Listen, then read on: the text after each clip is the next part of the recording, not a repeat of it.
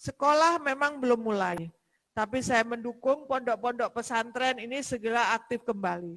Karena anak-anak ini aman di dalam pondok pesantren apabila di pondok pesantren itu mengikuti protokol COVID. Oleh karenanya saya mendukung para santri segera kembali ke pondok pesantren dan pemerintah mengantisipasi hal-hal yang tidak diinginkan dengan menyediakan rapid test gratis untuk 50.000 santri. Kota lain tidak menyediakan. Tapi kami di sini mengambil sikap karena kami yakini anak-anak lebih baik cepat balik ke pondok dan lebih aman di dalam pondok. Oleh karenanya untuk sekolah-sekolah yang ada di pondok pesantren, gugus tugas COVID-19 menyediakan wastafel yang diberikan kepada sekolah-sekolah di dalam pondok pesantren itu. Setiap kelas kita pasang 2 wastafel untuk antrian masuk kelas, keluar kelas, cuci tangan. Meskipun sekolah formalnya belum mulai tetap buka. Nantinya di kelas-kelas yang di luar pondok juga kita siapkan. Tapi yang kita selesaikan yang di dalam pondok dulu. Untuk kepada para wali santri, tahan diri, jangan tengok dulu ke pondok pesantren, karena orang yang riwa-riwi ini juga berisiko. Biarlah anak-anak kita aman di dalam pondok pesantren. Pasrahkan dalam pondok pesantren. Kemarin kita juga bantu para santri yang tidak mudik, walaupun bukan anak Jember.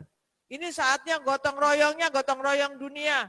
Bahkan santri yang tidak pulang dari luar negeri juga kita bantu anak-anak yang nyantri di Jember. Dari luar Jawa, luar kota kita juga bantu di sini. Untuk para santri yang dari luar kota mau masuk Jember, kita juga terima kasih kepada Ikatan Alumni Pondok-Pondok Pesantren yang bekerja sama membantu adik-adiknya semuanya sehingga lebih mudah komunikasi dan terkoordinir. Yang dari luar bisa dibantu untuk akomodasinya menggunakan bus yang sewanya dibiayai dari pemerintah Kabupaten Jember. Yang penting anak-anak itu bisa berangkat sama-sama masuk. Sebelum masuk ke pondok kita rapid test, yang non reaktif semua boleh langsung masuk ke pondok. Yang reaktif diperiksa swab. Sampai hari ini belum ada santri yang reaktif kemudian diperiksa swab kemudian positif, tidak ada. Alhamdulillah. Oleh karenanya tidak perlu resah. Kalau ada reaktif itu bukan berarti COVID-19. Namun sangatlah berbahaya kalau ada yang reaktif di dalam pondok tidak diperiksa lebih lanjut, padahal dia mungkin di wilayahnya itu wilayah merah. Karena ini bisa membahayakan pondok yang sudah steril dari virus ini, satu orang ini bisa menulari seluruh pondok. Terima kasih kepada para pengasuh pondok pesantren yang telah bekerja sama dengan baik. Kita terus akan membenahi diri. Santri-santri juga kita kemarin siapkan masker, juga alas untuk sholat. Bukan sajadah saja, tetapi ini fungsinya adalah bagian daripada protokol COVID. Karena untuk di tempat umum lebih baik anak-anak ini bawa alas sendiri-sendiri. Untuk di tempat yang digunakan bersama-sama lebih baik anak-anak ini membawa alas sendiri-sendiri. Bertawakal bukan berarti meninggalkan protokol COVID. Protokol COVID bukan sesuatu yang mengada-ada. Protokol COVID ini ada ilmunya. Dan sebagai orang beriman, kita percayakan segala sesuatu kepada ahlinya. Saya juga mohon doa restu karena minggu ini dari Dewan Pendidikan saya amanatkan untuk menyelesaikan buku panduan sholawat anak Jember. Mudah-mudahan ini menjadikan anak-anak kita menjadi generasi yang tangguh. Dan untuk tadi ada pertanyaan apakah yang S2 itu beasiswanya sudah cair?